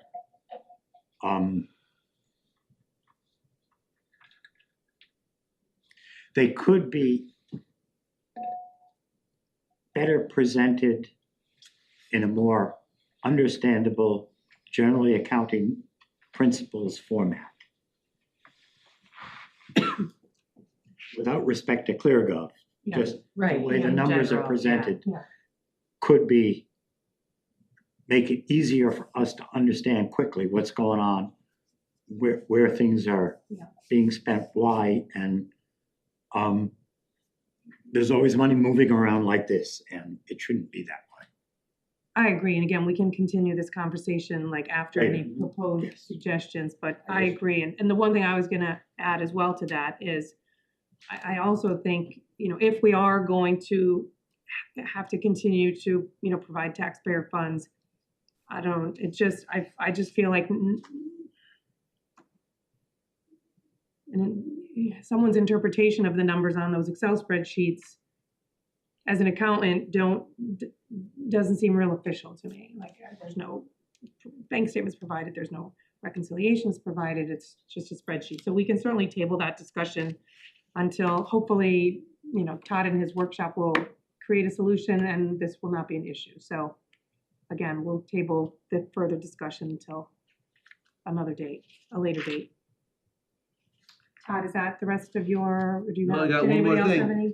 I've got, Go for it, go One for more it. I have thing. one more item. It involves a category property and commercial growth proposal, also quality of life. This gets to the Black Birch Golf Course feasibility. And at our last Board of Selectmen meeting last week, I suggested that it's time to fish or cut bait on this. I've been getting phone calls, emails, people at the gas station, people on the street. Hey, what's going on? Everybody's got their idea. I get pros and cons both Yeah, ways. yeah. And here I'm trying to, we have, not just me, but we're trying to bring business into town, commercial business into town, trying to bring more life into town, and at the same time, maintain a quality of life. So it'd be a shame to let this golf course go and turn into woods or something, wherever it's gonna turn into, and not take advantage of it. But we don't wanna do something stupid either. So I propose that we form a Black Birch, a golf course feasibility study committee at no cost to the town, composed of volunteers. I already have a couple of volunteers. And we're gonna talk about it as Board of Selectmen, our next meeting, and decide if we wanna do that. And just have a feasibility study, see what comes out of that. And is it gonna be good or is it gonna be bad? We don't know yet. But it could be good. I don't know. I get a full spectrum Yeah. of numbers and advice. I mean, not just a full spectrum from lots of profit to no profit to big loss. And so I can. So now that the word is out, that, you know, this is kind of on the table, there've been no like just private entities interested in? Not that we know of. Not that I know So of. that would be interesting, that might solve all our problems. If we could find somebody else who wanted to buy it and run it, then it would stay on the tax rolls, then it would be somebody else's financial, with all the benefits to the town, but all the risk to somebody else, so. Is it paying full tax now while it's inoperative, or is it in open space, or what's this? Yeah, it's one of our top 10 taxpayers. Still? Yeah. Yeah, if you look in the audit, there's a list of top 10 taxpayers and that property's on there. So I wonder if I know the Economic Development Commission, Todd, is sort of spearheading Yes. the town purchasing it, but I wonder if at the same time they're also exploring, like, might anyone else be interested in it? I would hope they are. exploring that option as well. Right, and the more feasibility, the more exposure, we do our feasibility study, and we get some exposure in the press, hopefully, maybe somebody will be interested. Because I hate to lose the opportunity for the town, Right. but we're not gonna do something stupid either and buy something with no lose on it. We'll wait to hear more about that. So I have lots of more to come from you. Yes, tonight. that's all right, that's Thank right. you very much for your patience. Thank you, Todd. All right, moving on to the finance director's report, we have the year-to-date financials in our packet. We've all had time to review the numbers.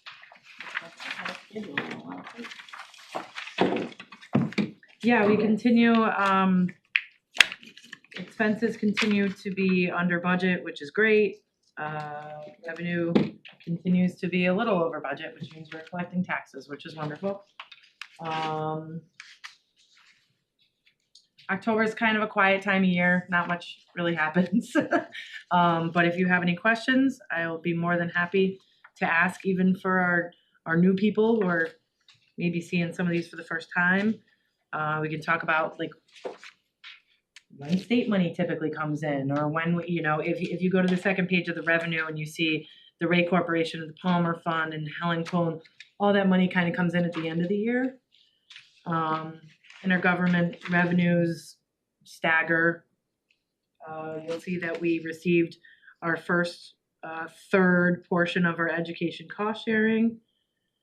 Actually, I think it comes in quarters. It's October, January, April, and they shore us up in June.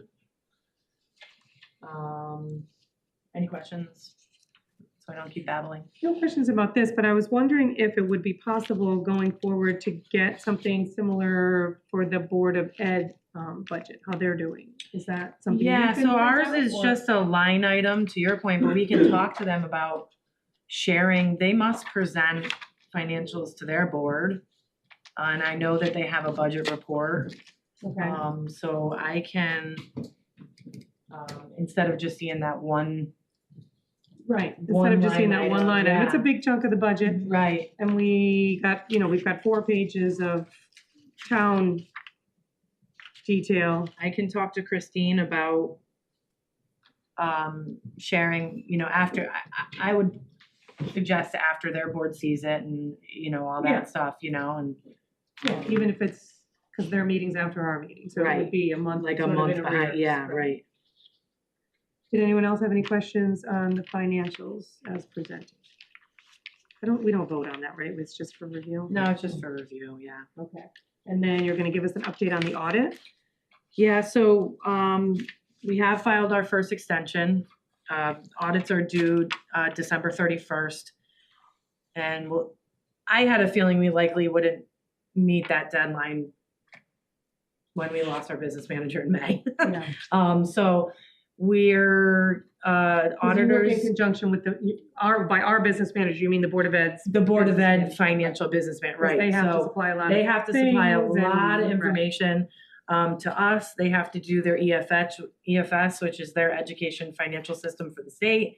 They have to do pension reports for the TRB, so they have to go to actuaries. There's a lot of stuff. And Christine just came, towards the end of September. So I had a very large goal to finally have an on-time audit, but we will give grace Circumstances this year. beyond your It's okay, control. yeah. And so we'll continue to update you. Right now, auditors are scheduled to be in the building at the end of January. It was Thanksgiving week, but they'll be here at the end And of filing January. extension gets us from 12/31 to where? How far out? Just January 31. We can only file 1 month at a time. And if they're not um, coming till the end of January, you're gonna need another. I'm gonna extension. file another extension, yeah, but you can't do it too soon. You have to let the Okay. months kind of go, so Okay. I'll keep you updated, but likely we'll go through a January extension as well. Okay. And that will get us to the end of February. Any questions on the audit? I have a Scott? question. What does that do to our borrowing? It hasn't, our credit rating has maintained the same as long as we follow the appropriate procedures and OPM approves it. It's not a negative impact on us. Unfortunately, What? after, Is it not accurate that if it's not done within 6 months of December 31st, that we're designated as a non-compliant with respect to our borrowing capacity? no, because it happened to us on the 2023 audit. We didn't file until August. I never knew what happened after you went past June. You're only allowed 6 extensions and you go into this elusive area. And we had to go into, OPM was sending me reports that I had to send them every 2 weeks to keep them updated. And at the same time, we were going to borrow for the HVAC and all the big projects. So it did work in our benefit because we were compliant.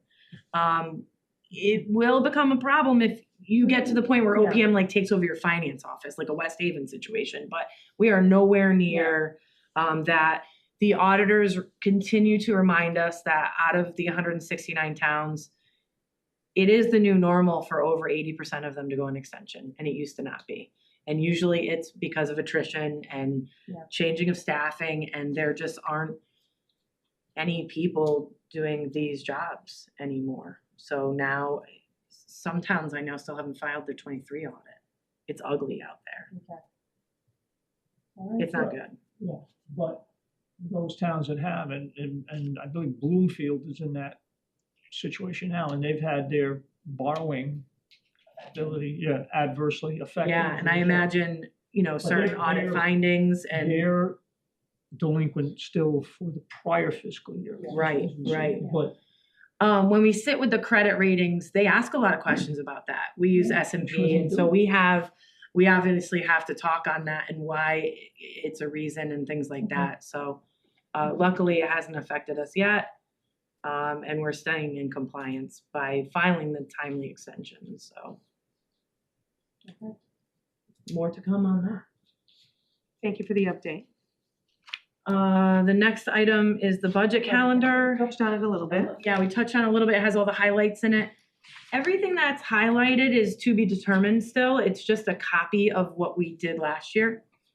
The Board of Selectmen haven't set their exact budget dates yet. The Board of Ed haven't given us their planning dates yet. So the most important section of this is really when you get into March. Those are our dates. Right, so if we flip to the second page. Yeah. So that we can mark our calendars for our budget, starting on 3/9 there.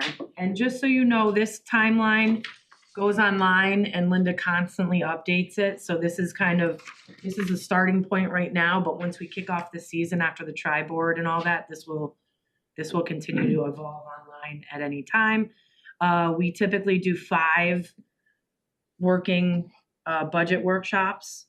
So you'll see it starts, I believe, do we start on 3/9? Yeah, 3/9, I just want to see, is 3/9. that one of the Wednesdays? So- Yeah, No, well, 3/9 that's is Monday. It's a Monday, we start Monday, early. so we'll we start at early, oh, right, 4:30. and then we'll do our regular meeting. Yep, And then on the 14th, which is that Saturday, we'll do a whole day Saturday Yeah. workshop. mm-hmm, And then on the 19th is the following Thursday.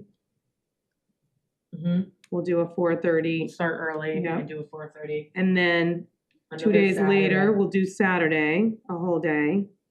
And then the following Monday, the 23rd, we also have a scheduled meeting at 4:30. Now, as I was mentioning to Valerie earlier, last year, we concluded our musings on our Saturday meeting, so. We'll warn them all appropriately, and if we need them, we use them. Our agenda properly set with the, and potential to set budget.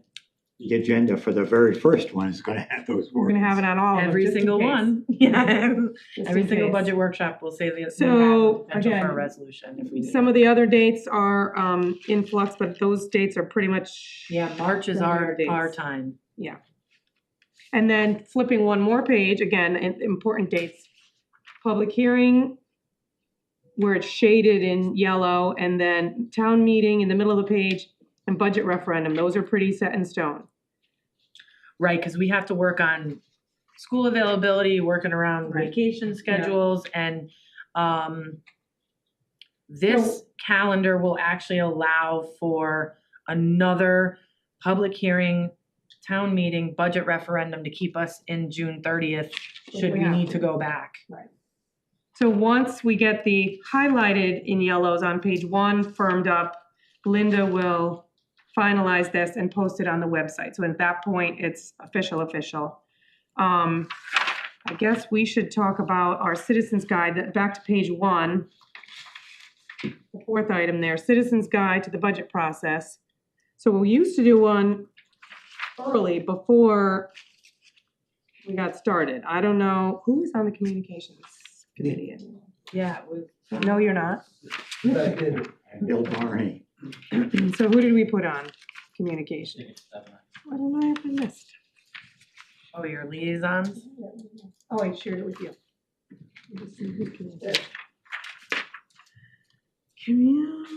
Communication, Eric? And Deb? And so, do we have old We samples? do have a copy of the, like I said, we missed that target last year. We didn't do to the budget process, because it starts in the beginning and explains the whole budget Yeah, process. so it looks So like we do we do something. have Do we other do 2 of them? examples. Should we do? Okay. So we could do 1, we could do 2. I don't know that we need 2 before we even get started.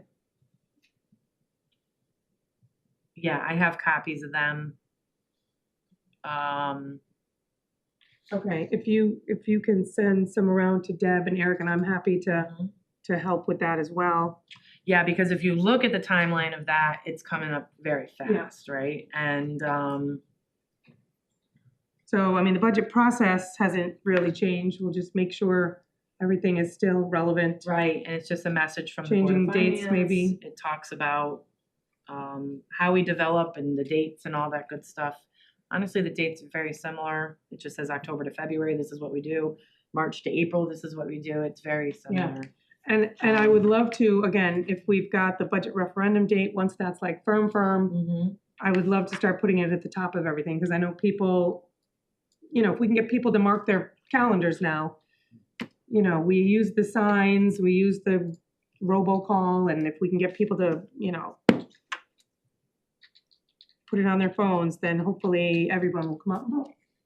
So once that is set in stone, I'd really like to put it everywhere. All right, so you'll A share. copy of Okay. the last Citizens Guide, the beginning one that we did. Okay. And then we'll continue to publish, once we get closer and we have numbers, we'll put out a Citizens Guide for the proposed budget. Right, we do that. There's a time That's frame, further yeah. down here. Yep. Yeah. Okay, so the communications subcommittee will review the draft, approve it, and submit that to the newspaper as usual. Yes. Along the lines of communication. We collectively sent along a memo letter to the Board of Ed Yes, and Board of Selectmen. Yes, we did. Um,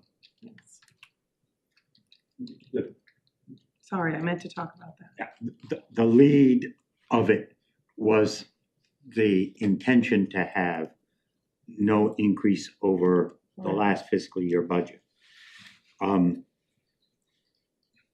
My suggestion would be in that guide, that first guide that you're talking about, probably all of the guides, but the first one Yeah. should include that message, just so it gets across Yeah, use some of that verbiage that was used in that letter. to the whole world, so to speak. Good idea. And just to confirm, I think I had forwarded you all the official copy of that memo. I did meet with the first selectman and presented it to him. We went through it together. He was very receptive. And I also met with the chairman of the Board of Ed, who shared it with the superintendent, and she's going to share it with the Board of Ed as well. I have reached out to her to see if she wants me to come and answer questions or present it, so I potentially will present it at their meeting too. But, so that's out there. It's been emailed to all the department heads, the commissions, anybody who was in our budget binder as being in charge of a budget. Got it. Whoever those people were. So that's, again, I apologize, I meant to touch on that in my report. No problem, I just, Yes, thank you, we will, Sticking that's, it in the absolutely, citizen's that's guide the would be message well. we need to share, that's our intention, and that message needs to get out early and often, and so thank you, Harvey, for that. if I may. When I'm looking down the first page of this calendar,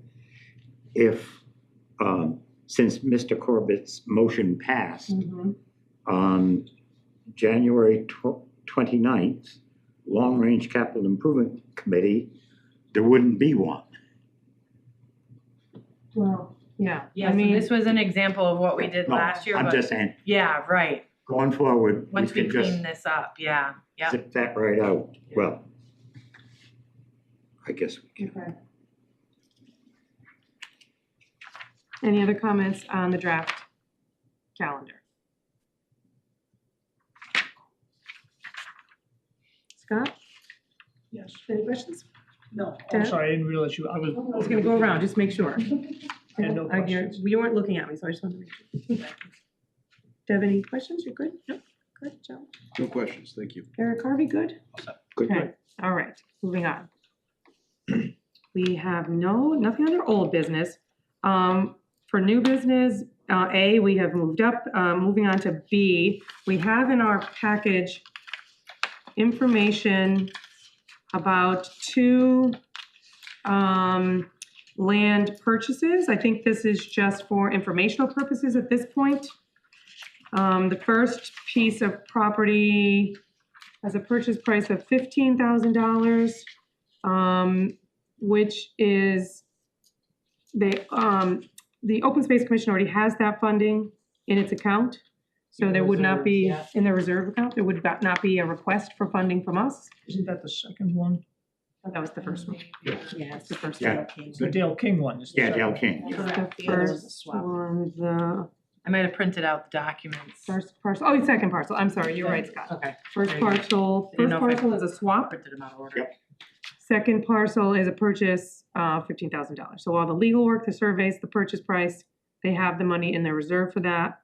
They're bringing this to our attention because I believe at some point it needs to go to a town meeting. Mm-hmm. Right, but I don't believe they're asking Yeah, for because that it today. hasn't gone through the Board of Selectmen yet, so they're gonna look at it as well, so it's Was that the informational. Board of Selectmen, it had to go to something else. Has to go to the- You didn't act on it, it was Right, information right, last week, right, that's why, right. 'cause that's where I learned about it, because I went to the Right. Board of Selectmen. Yeah, it was just acting on it. Yeah. I mean, it was just information, not acting on it. Can we ask questions on? I mean, I can take questions, Yeah. On I the- get on the- answers. the Yeah. Dale- The Dale King property. Mhm. Is there a pond on that property? I'll ask Jim. Yes, there is a pond. The pond's is just north of what you're Yes. I proposing. couldn't, I'm Oh, trying the to, pond. just because a few years ago, just to stay on topic, does it is this a planning and zoning or a wetlands issue, or is this a Board of Finance issue? Because we, that's why I'm raising the question. Okay. I recall a few years ago, just sitting in on a wetlands or planning and zoning meeting, and there was a question on a dam on the property, and there was I don't know if it was an enforcement issue or not, I don't remember. I just wondered if that property that's subject so to the this. concern is there a dam, and Is there might a that be dam a on the future property? cost to the town? There you go. Okay, Good question. I so, believe the dam is just north of this I property. think it's across the street maybe, or north of it, but I just wanted to be, for myself. It I doesn't. think we would want to. that's a good question. Thank you. I know so oftentimes questions will come and people will raise questions that aren't kind of ours. So we're just trying to stay in our lane, but that's a good cross-section between wetlands and finance, so that's a great Right, question. I can run that by Jim. To the best of my understanding, the dam is not an issue because it's, yes. Good to confirm. All right, so again, it's just sort of informational at this point. We can certainly forward questions if there's any. Yeah, Are there any I'll forward that question to Jim in the other meantime. questions? Harvey? Nothing at this point. No? Any more questions? Just for the record, I'm only participating in the Dale King property description. If you're gonna talk about the Sprecher one now, or if I'm going to recuse myself, so I don't know if you're including that in any more questions. Okay. I want to clear that I'm not participating in that. Okay, thank you for the clarification. Noted. If there is no other new business, I have a question, I'm sorry. Oh, you No, we could. don't wanna go. I wanna go no, some time ago, when there was a vacancy on the Board of Finance and I interviewed for the board, I raised the question of whether or not there was a long-range planning committee. And I'm getting some familiarity. There does not appear to be a long-range planning committee. There is, but it's recently been disbanded only through the elections, right? So it's a selectmen committee. It'll have to be reestablished through the selectmen. The only person that still stands would, if we put Harvey and Joe on that board again, but there's Crary from Planning and Zoning. They'll have all new members from the Board of Education. Selectmen are all new members too, pretty much. So that will have to be, so you're talking about the long-range capital? yeah, Long what you're Range talking Capital about? Improvements Committee. Oh, okay. I It's not think necessarily if- talking if about I- capital. If He's I talking about understand long-range. Scott correctly, Uh-huh. it's not specifically capital Right. planning, but so to talk, strategic financial planning for the town. Long Range Planning, Right. yeah. Yeah, not what's for lunch tomorrow, but Yeah. longer down the Yeah. road. Yeah. And I'm not planning in Zoom. that work, such as it has, not enough work has been done, but what has been done has been being handled by the so-called policy committee. But Is you that point listed out, on this, who the, so I can see who that is here? Yes. Who's on the policy committee? Is that financial Joe. policies? yeah, it's Joe and I. And me.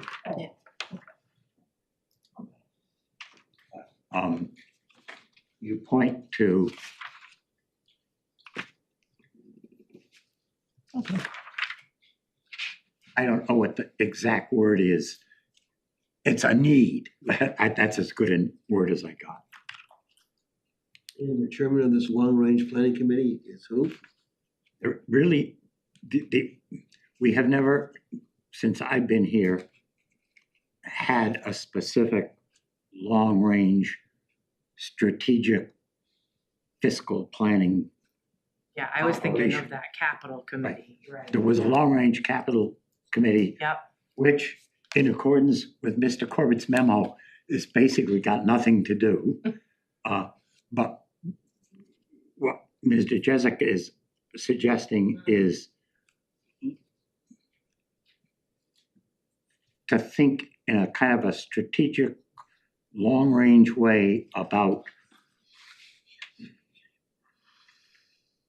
what do we need to be worried about and what can we do to improve, mitigate, whatever, our long-term financial sustainability for the town. Is that roughly right? That's fair. And it's sorely needed and ain't been done, so. When the financial policies subcommittee meets, if I could be notified, and I would raise the point there and without taking all of our time. You've joined, okay. Fair enough. Thank you. I'm sure. No, I'm sorry. It's not audience and guest time. Sorry. Personal privilege, Ms. Chairman? Yes. Since, as far as I know, we will not be meeting again until the beginning of the new year. Everyone should have a very good holiday season and a good new year. Thank you, Harvey. You as well. Eric, did you have a motion on the table? Oh, yeah. Have a second. Second. All in favor? Aye. Opposed, abstained? Yes, thank you. Hit the button.